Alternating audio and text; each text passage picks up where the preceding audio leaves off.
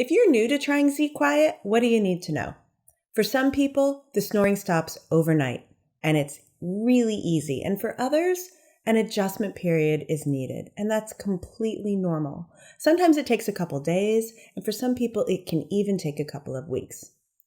The most important thing to know is that with time, everything gets better.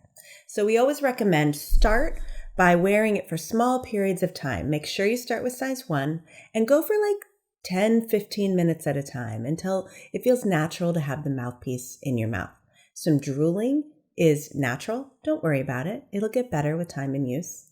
And then once you've established that you can wear the mouthpiece, go ahead and try to wear it when you go to sleep.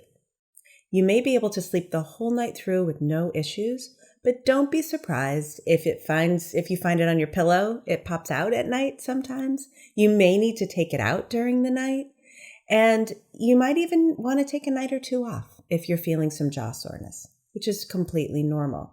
When you think about it, you're moving your lower jaw forward, and that's training new muscles. It's like a new exercise. So some jaw or tooth soreness is completely normal.